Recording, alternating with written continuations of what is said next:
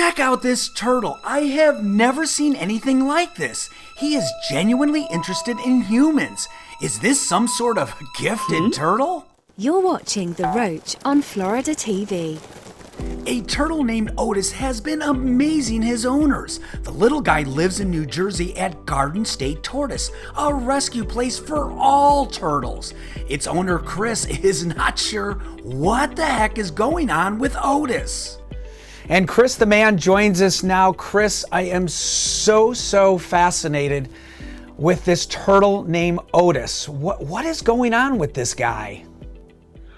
You know, I don't really know. It's been, I mean, I've had turtles in my life as a constant. There's never been a time without them since I was 5, and I'm 39 now to date myself. And so it's been that long, and the amount of them that I've come across and met in the flesh, I have just never seen anything like this. There's personable ones. There's ones that run to you, and it's usually a food association. You know, they start to learn over time that, okay, when I see this guy or anybody, you know, food's coming. So they lose their fear of you and they start coming towards you.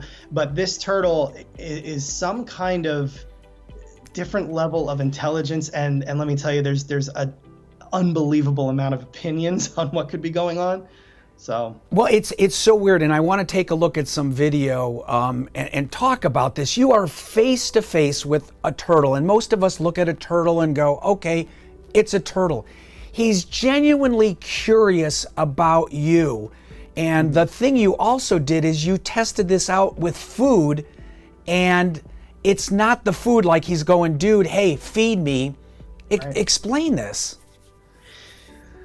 So there's a couple theories, like, you know, when you step out, or should I say when you step in the box and you talk to other people that have like an actual biological background on you know, turtles and reptiles and, you know, that kind of stuff.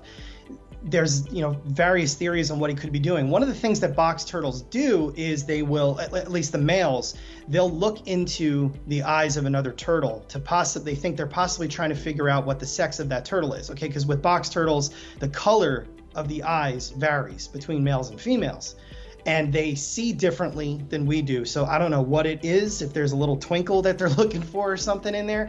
So that was one theory, that maybe he's studying me or studying my wife or my kids to try to figure out what we are. But part of the problem with trying to figure out what it is that he could be doing is we just can't seem to get any solidity on his past. You know what I mean? We can't get any straightforward answers on how he was, you know, what he was going through that whole time that he was with his previous owners, which apparently was for a decade or possibly even more. So there's definitely a level of curiosity that I've never seen before in an animal. Like, and a lot of people look at turtles and they don't think they could possibly have that level of intelligence, but maybe we need to step outside the box on that one and think these things have been virtually unchanged since the time of the dinosaur. So maybe there's a level of intelligence inside that little brain that we could never fully understand or really, you know, pin something on. Or maybe it's some evolutionary change that is, you know, apparent in some, and we are starting to notice it. And there is a change where he's genuinely curious about what you are, why you look the way you look, because it's real odd as you look at that video. It's just, I don't know. I had turtles when I was a kid, Western painted back turtles. Am I saying that right? Western painted. Western painted turtles. And they, I don't think they looked at me one time. I don't think they even paid attention. In fact, I used to have the back in my backyard in Illinois in a pen. And then the winter would come along, they would hibernate and bury themselves. And then I never saw them again. So, and I was very sad as a kid, Chris. It was a very sad moment. They never came back in the springtime. They didn't miss it, I guess. No, but this is unusual, and I'm just fascinated by it. You know, you guys do some amazing things on your YouTube channel, you and your wife, Casey. Tell me about Garden State Tortoise. What is it that you guys are trying to do there and what you do on a daily basis? Well, you know, like I said, since I was 5, turtle, you know, my father, I was playing in a sandbox with G.I. Joes, and my father clipped a box turtle like Otis with the lawnmower. He didn't do any major damage to it. He just, scraped the shell a little bit.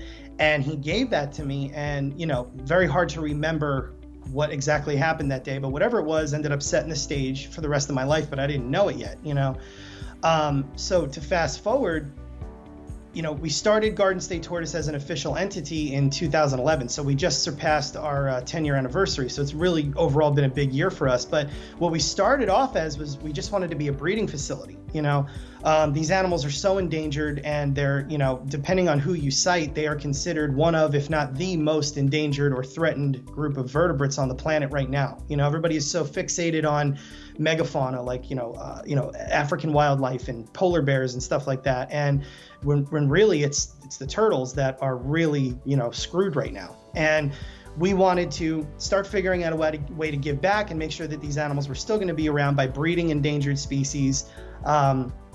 And the whole thing just kind of snowballed from there. We just, right off the bat, we had a very strong social media presence, even though we didn't really know what we were doing with it at the time.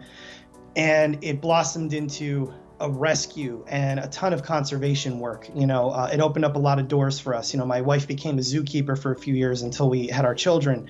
And now I have a paid job in conservation, reptile conservation. We gained the respect of state wildlife agencies, federal wildlife agencies, other zoos, conservation organizations. And that's the best way I can put it, is that it's just snowballed into this big thing of our own, where it is literally what we breathe every day, and a day-to-day thing for us is get up, have your coffee, spend a little bit of time on the couch, just chatting, and then, I'm outside, opening up our building, turning lights back on. We have a little nature center, and then getting outside, because it's still the active season up here, getting out there and feeding animals, checking on them, make sure that the predator deterrence worked overnight and that we didn't have any issues. And then I head out to work. To go, I do a lot of radio telemetry where I track snakes, and there's turtle work that I do too with my job.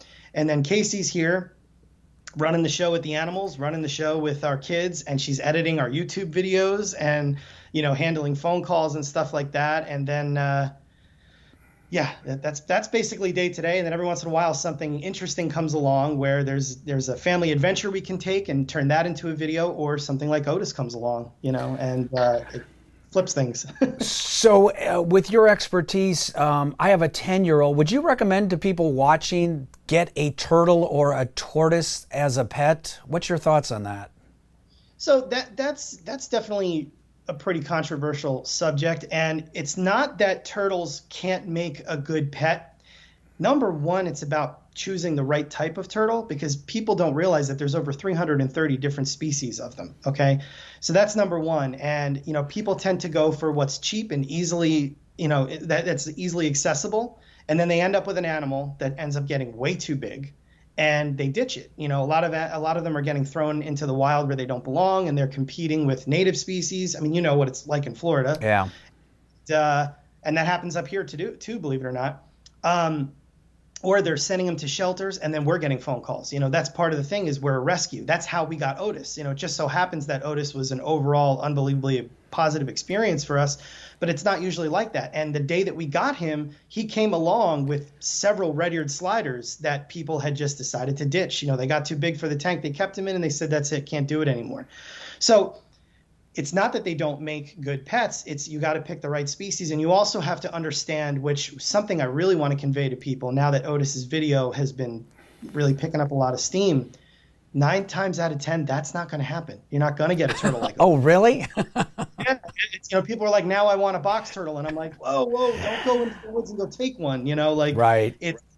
He really is truly unique. And a lot of people write in saying, oh, my turtle's just like that. And some people even send us videos, and their turtle's personable, but it's not Otis. It's not whatever it is that he's doing, What's a crazy species of turtle? I was just thinking while you were talking there, and I remember seeing these as a little kid in a lake, and it scared the crap out of me, is that alligator snapping turtle.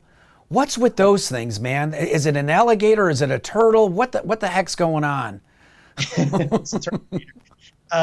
We have them here. We have an adult pair of them, and they're like basically a living dinosaur. They're amazing. They are equipped to survive just about anything. They are endangered now because they've been hunted, but what's interesting about them is for as menacing as they look, and yeah, they can do some And serious. it can bite your finger off, right, Chris? If you stick that, it'll take it off, right? Yeah. Oh, yeah. I actually met a gentleman this summer who was here for a big pond build that they did on our property, and he works with alligator snappers both in the wild and in captivity. And after 35 years, he finally had a mishap and lost a finger. And it happened so fast that he didn't even know, what it was that did it.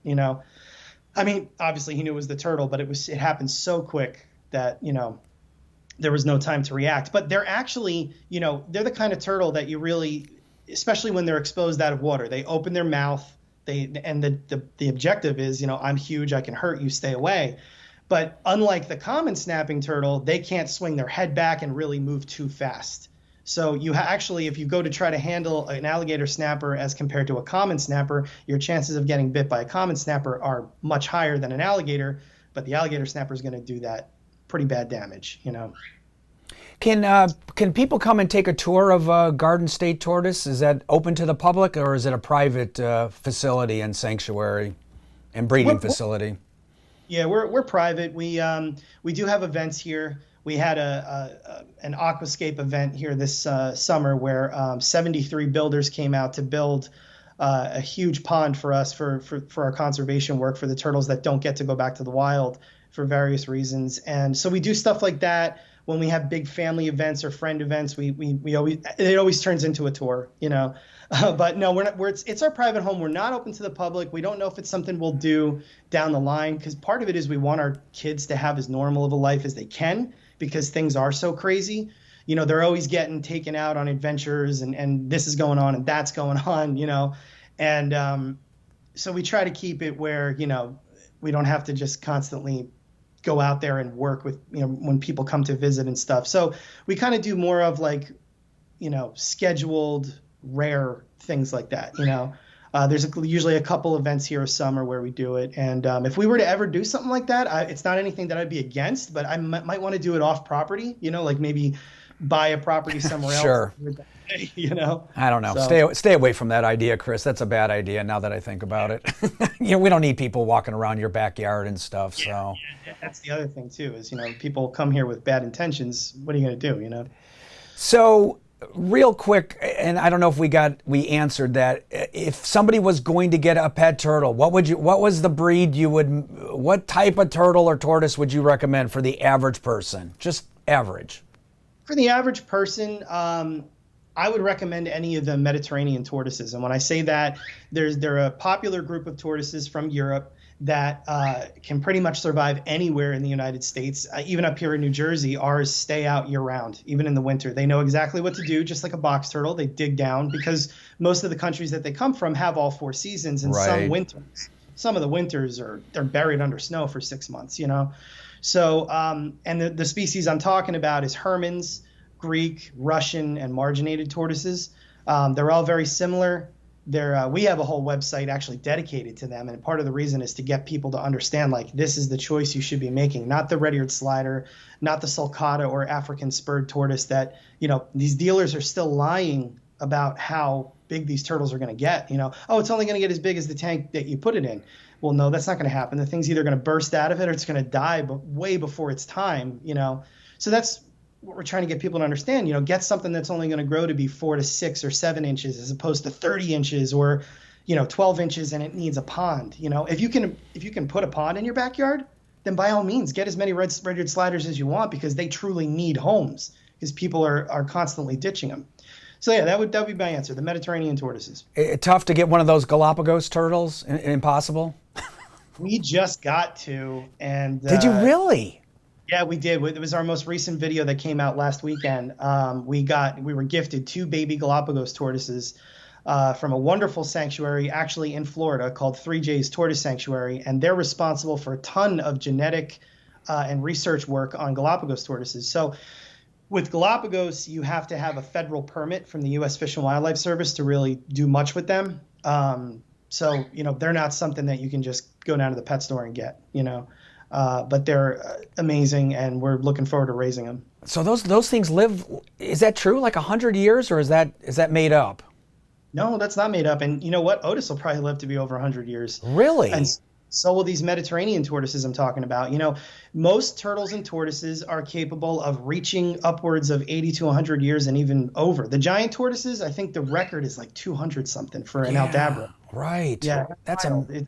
Wild.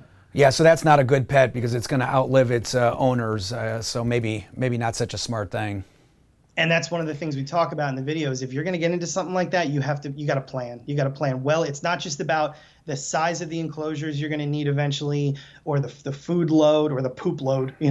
It's you have to you got to plan. It's not the easiest thing to do. Something like a Galapagos tortoise, because of its rarity, would probably always have a home to go to.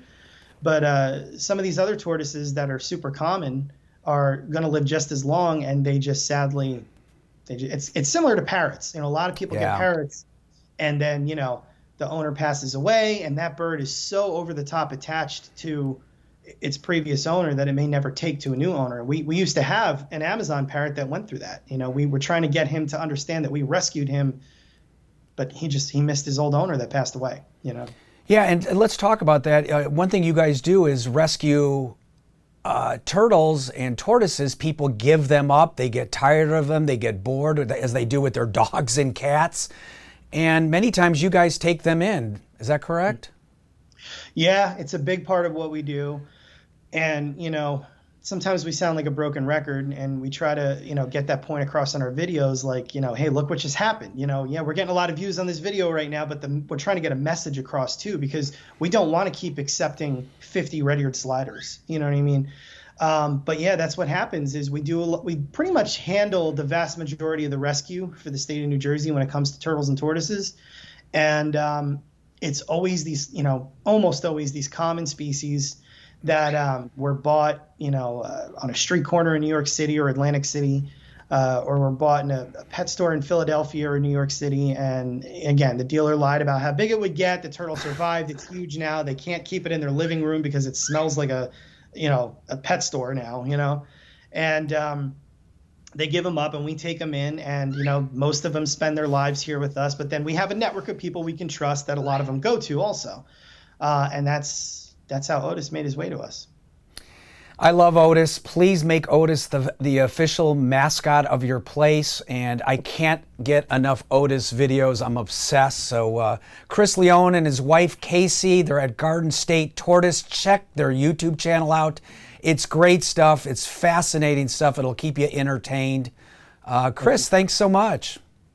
Oh, thank you, man. It was my pleasure, and anytime.